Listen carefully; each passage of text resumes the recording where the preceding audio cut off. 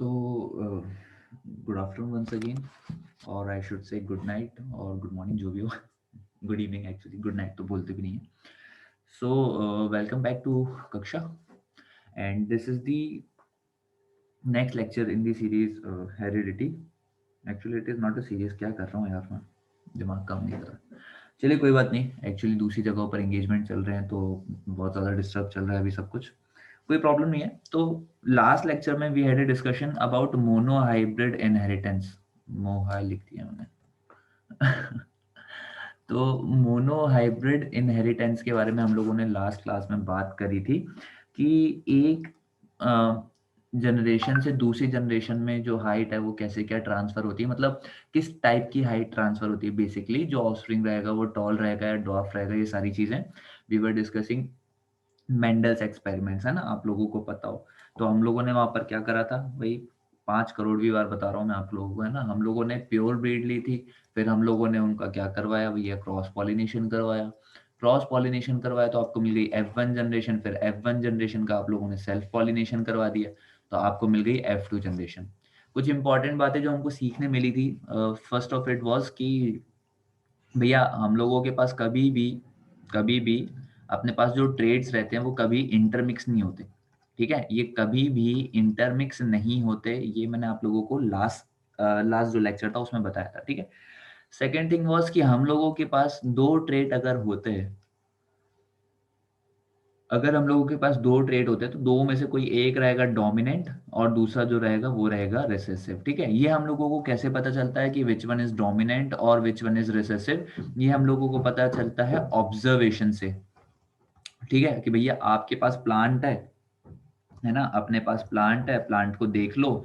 अगर टॉल हुआ तो ये हो गया डोमिनेंट, और अगर ड्वार्फ हुआ तो आपके पास ये हो गया डोमिनेंट. तो आपको कोई भी जो ट्रेट है, कौन सा वाला डोमिनेंट होगा कौन सा वाला रिसेसिव होगा, वो देखकर ही पता चलने वाला है. ठीक है,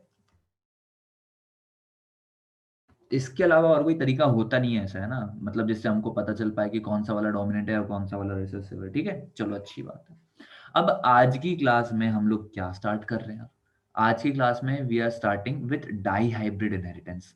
ठीक है, आज की क्लास में हम लोग डिस्कस करेंगे अब दो कैरेक्टर्स को साथ में लेकर, है ना. हम लोग क्या करेंगे, दो कैरेक्टर्स उठा लेंगे, है ना. दो कॉन्ट्रास्टिंग कैरेक्टर्स उठाते हैं एक्चुअली. कॉन्ट्रास्टिंग मतलब ऑपोजिट, जैसे आप समझ रहे हो, जैसे टॉल और ड्वार्फ ये दोनों क्या है, ये ऑपोजिट है. ठीक है, तो इससे होता क्या है कि स्टडी करने में थोड़ा सा आसानी हो जाती है. ठीक है, आप समझ रहे हो, जो स्टडी कर रहे हो आप उसको आप ज़्यादा बेटर तरीके से समझ सकते हो, है ना, ज़्यादा बेटर तरीके से ऑब्जर्व कर सकते हो. तो आज के सेशन में, है ना, we are starting with dihybrid inheritance. Dihybrid inheritance, है ना. अब सर डाई हाइब्रिड का मतलब क्या है, मैंने आपको बताया था. मोनो का मतलब क्या होता है, मोनो का मतलब होता है सिंगल. ठीक है, तो डाई का मतलब हमारे पास क्या होता है, अरे सर ये तो बचपन में पढ़ाया जाता था. डाई का मतलब होता है दो, है ना. तो डाई डाई हाइब्रिड इनहेरिटेंस में हम लोग क्या करेंगे, हम लोग बेसिकली विल बी स्टडिंग, ठीक है, टू कॉन्ट्रास्टिंग फीचर्स. ठीक है, हम लोग दो कॉन्ट्रास्टिंग फीचर्स को साथ में पढ़ेंगे. ठीक है, तो डाई हाइब्रिड इनहेरिटेंस में विल बी स्टडिंग, ठीक है, टू कॉन्ट्रास्टिंग फीचर्स. अभी तक वैसे आपके मन में आ जाना चाहिए कि ये जो दो कॉन्ट्रास्टिंग फीचर्स थे ये कौन से थे. ठीक है, अगर आ गया हो तो बहुत अच्छी बात है, और अगर नहीं आया हो, ठीक है, इन केस अपन को नहीं पता, अगर अपन नूब हैं, साफ शब्दों में कहा जाए कि अगर हम लोग नूब हैं, तो ये जो दो कॉन्ट्रास्टिंग फीचर्स थे, एक था हम लोगों के पास कलर, ठीक है, और एक था हम लोगों के पास क्या, शेप. ठीक है, अब किसकी बात कर रहे हैं, तो हम लोग बात कर रहे हैं क्या, कलर ऑफ सीड. ठीक है, और एक हम लोग बात कर रहे हैं अगेन शेप ऑफ सीड. ठीक है, इसमें हम लोगों के पास दो वैरायटीज प्रेजेंट थी. ठीक है, we had two varieties actually. हम लोगों के पास दो वैरायटीज प्रेजेंट नहीं थी. किसके पास, मेंडल के पास दो वैरायटीज प्रेजेंट थी. ठीक है, कौन सी, हम लोगों के पास सीड्स जो थी वो दो टाइप की थी, है ना. एक थी हम लोगों के पास राउंड, और एक थी हमारे पास रिंकल्ड. ठीक है, नाउ राउंड सीड मतलब आप लोगों ने देखा होगा, बिल्कुल गोल, बिल्कुल यूनिफॉर्म सीड जो है, इसको इन्होंने बोला राउंड सीड. जैसे आपने मटर के दाने देखे होंगे. ठीक है, तो ये हम लोगों के पास हो गया राउंड. ठीक है, रिंकल्ड सीड आपके पास इस तरीके की कुछ होती है. अब मुझको इसका एग्जांपल नहीं ध्यान आ रहा है एक्चुअली. ठीक है, रिंकल्ड सीड आपके पास कैसी होती है, चना होता है शायद, चना, थोड़ा सा अगर आपको जैसे आपको फील लेना है रिंकल्ड का, तो आप मतलब किशमिश इमेजिन कर सकते हो। वो थोड़ा सा अनइवन सरफेस होता है ना, मतलब एग्जैक्टली वो तो नहीं होगा, लेकिन मैं सरफेस की बात कर रहा हूँ, ठीक है। और कलर ऑफ सीड की अगर हम लोग बात करें तो भैया यहाँ पर भी हम लोगों के पास दो वैरायटीज प्रेजेंट थी। एक वैरायटी थी हम लोगों के पास येलो, ठीक है, एक वैरायटी थी येलो और एक वैरायटी थी हम लोगों के पास ग्रीन। अब देखो थोड़ा सा समझो, मोनो हाइब्रिड इनहेरिटेंस में हम लोगों ने सिर्फ हाइट की बात करी, सिर्फ हाइट के बारे में डिस्कशन करा at a time. Now in dihybrid inheritance will be discussing two characters, will be discussing two characters, है ना। एक कैरेक्टर हम लोगों ने ले लिया कलर ऑफ सीड और दूसरा हम लोगों ने ले लिया समझदार, है ना, अपन समझदार है ना। तो एक इन्होंने ले लिया कलर ऑफ सीड और दूसरा इन्होंने ले लिया क्या, शेप ऑफ सीड, है ना। अब सर इसमें क्या करेंगे, तो देखो एक एक चीज को बिल्कुल अच्छे से समझो, अगर आपको मोनो हाइब्रिड इनहेरिटेंस आता है तो डाई हाइब्रिड इनहेरिटेंस आपका 5 मिनट का टॉपिक है। लेकिन अगर आपको मोनो हाइब्रिड इनहेरिटेंस नहीं आता, समझ रहे हो ना थोड़ा सा, अगर आपको मोनो हाइब्रिड इनहेरिटेंस अगर आपको नहीं आता तो फिर भैया बहुत कष्ट होने वाला है। तो इस सीरीज के जो प्रीवियस लेक्चर्स हैं आप लोग पहले वो देख लो, मुझे लगता है वो ज़्यादा बेटर होगा, है ना। आप सीधे डाई हाइब्रिड इनहेरिटेंस पे मत जंप करना, ठीक है। थोड़ा सा टाइम ले लो बेटा, 15-20 मिनट की बात है बस, इससे ज़्यादा कुछ भी नहीं, ठीक है। बच्चा क्या करता है ना, बच्चा सीधा सोचता रहे सीधे बड़े जो मार्क वाला जो क्वेश्चन है सीधे उसको पढ़ूंगा, है ना, वहाँ पे निपट जाते हैं, शहीद हो जाते हैं बच्चे। ठीक है, चलो सुनो, स्टार्ट करते हैं। इसमें भी पूरा का पूरा जो प्रोसीजर रहेगा वो वही रहेगा, है ना। अरे सर ये सब तो हमको बचपन से पता था, कुछ नया बताइए। ठीक है, प्रोसीजर क्या रहेगा, सबसे पहले प्योर ब्रीड लोगे, सबसे पहले अपन क्या करेंगे, सबसे पहले प्योर ब्रीड लेंगे। उन प्योर ब्रीड का करवाओगे क्रॉस पॉलिनेशन, है ना, उनका क्या करवाओगे, क्रॉस पॉलिनेशन करवाओगे। ठीक है, तो वहां से जब आपको जो न्यू जनरेशन मिलेगी it will be called F1 generation. F1 generation को आप लोग ऑब्जर्व करोगे, ठीक है, जो F1 जनरेशन है will observe that F1 generation. और यहां से हम लोग डिसाइड करेंगे, यहां से हम लोग डिसाइड करेंगे कि आपके पास जो डोमिनेंट जीन है, जो डोमिनेंट जीन है वो कौन सा है, या वो कौन से हैं, क्योंकि यहाँ यहाँ पर हम लोग एक से ज्यादा कैरेक्टर्स की बात कर रहे हैं। और दूसरी बात, हम लोगों के पास जो रिसेसिव जीन है वो कौन से हैं, ठीक है। तो सबसे पहले ये, अब ये कैसे पता चलेगा कि डोमिनेंट जीन कौन सा है, रिसेसिव जीन कौन सा है, एक मिनट यार, ठीक है। तो डोमिनेंट जीन कौन सा है और रिसेसिव जीन कौन सा है, ये कैसे पता चलेगा, तो ये हम लोगों को ऑब्जर्वेशन से पता चलेगा, ठीक है। सेकेंड थिंग इज कि आपको जैसी F1 जनरेशन मिल गई, आपने क्या कर लिया, डोमिनेंट और रिसेसिव जीन को डिटरमाइन कर लिया, फिर आप क्या कराओगे, फिर F1 जनरेशन का सेल्फ पॉलिनेशन करवा दोगे, तो आपको क्या मिल जाएगी, F2 जनरेशन, है ना। F2 जनरेशन आपको मिल जाएगी, उसके बाद फिर आप क्या करोगे, आप वही पता है आपको दुनिया भर की प्रोसेस, ठीक है।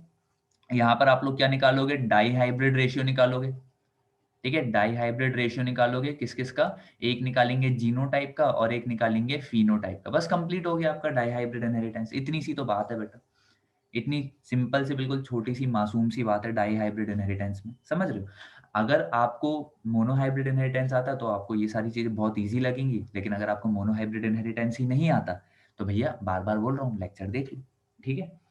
चलो करते हैं स्टार्ट, है ना। डाई हाइब्रिड इनहेरिटेंस को मैंने आपको एक रफ बता दिया है, मतलब ये जो लेक्चर है मैं क्या कोशिश कर रहा हूँ छोटे छोटे लेक्चर्स बनाने की, क्योंकि अभी जो लेक्चर्स हो रहे हैं वो बहुत लंबे निकल जा रहे हैं, ठीक है, 45-50 मिनट्स के। तो मैं सोच रहा हूँ कि इन्हीं को छोटे छोटे पार्ट्स में कन्वर्ट कर देता हूँ, ठीक है। चलो सुनो, तो डाई हाइब्रिड इनहेरिटेंस में हम लोगों को सबसे पहले क्या करना पड़ेगा सर, तो सबसे पहले हम लोगों को पता है क्या करना पड़ेगा, सबसे पहले हम लोग लेंगे प्योर ब्रीड, ठीक है। तो सबसे पहले अपन लोग ले लेते हैं भैया, फर्स्ट स्टेप हम लोगों के पास होगी प्योर ब्रीड, ठीक है। अब प्योर ब्रीड हम लोगों के पास कैसे ऑब्टेन हम लोग करते हैं, मैं आप लोगों को बता चुका हूं, मैं रोज रोज वही नहीं बताऊंगा, ठीक है।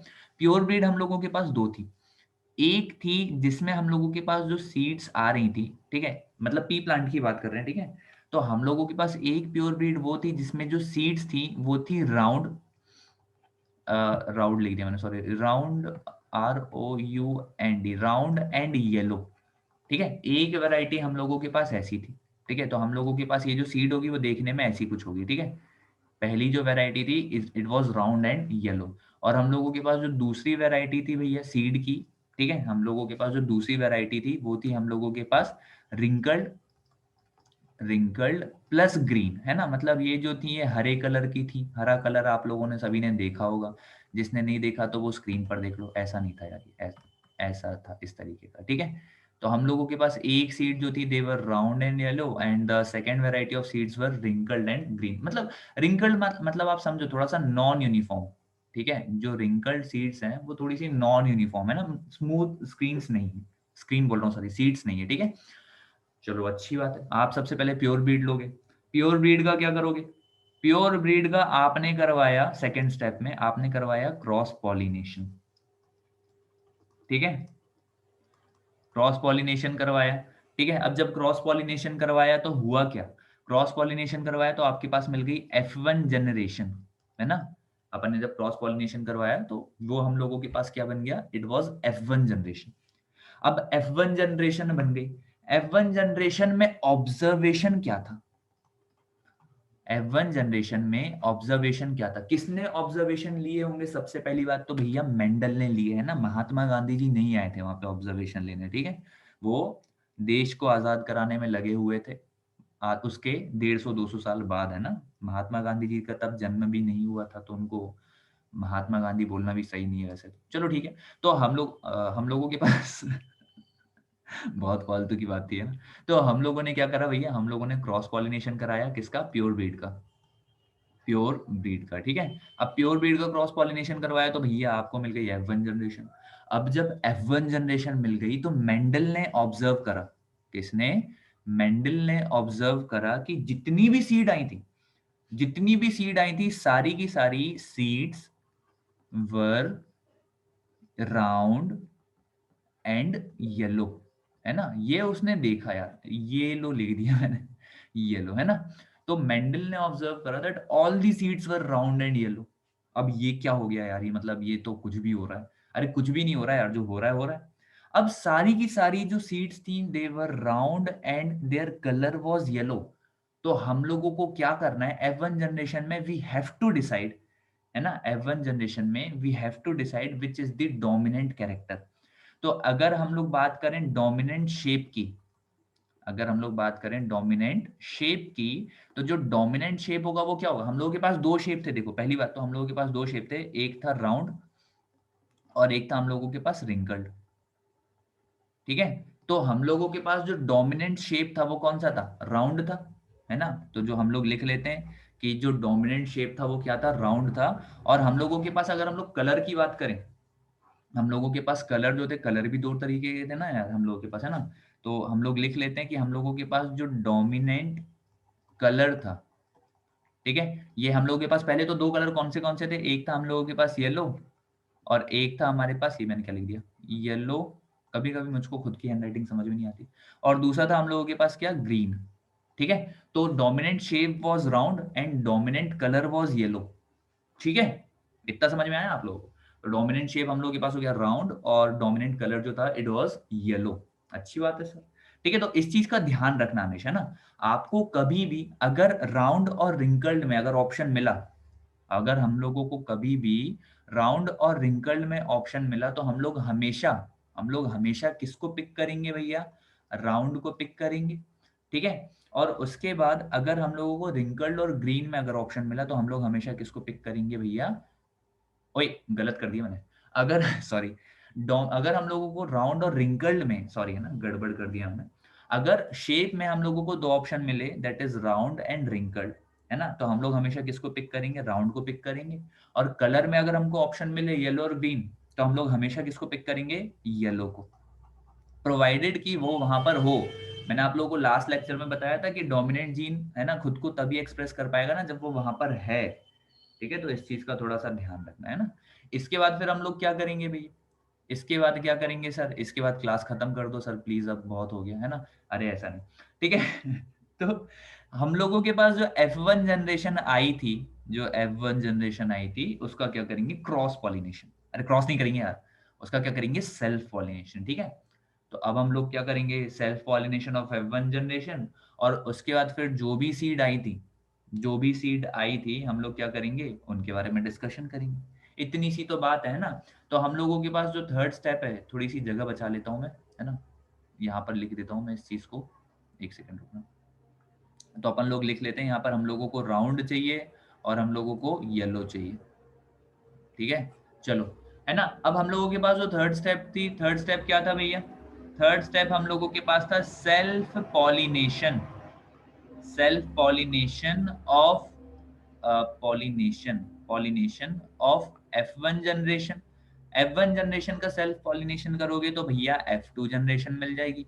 और F2 जनरेशन में, F2 जनरेशन में हम लोग देखेंगे एक जीनोटाइप रेशियो, है ना, एक जीनोटाइप रेशियो, और एक हम लोग देखेंगे क्या, फिनोटाइप रेशियो, फिनोटाइप रेशियो। ठीक है, तो जो सिस्टमैटिक स्टडी होगी, जो हम लोगों के पास सिस्टमैटिक स्टडी होगी of this whole dihybrid inheritance, I will cover it in the next lecture, है ना, ऑब्वियसली, ताकि जो लेक्चर हो वो बहुत बड़ा ना हो जाए। ठीक है, आप लोग अपनी कन्वीनियंस के हिसाब से देख पाओ। ठीक है, तो मिलते हैं नेक्स्ट लेक्चर में। Bye bye.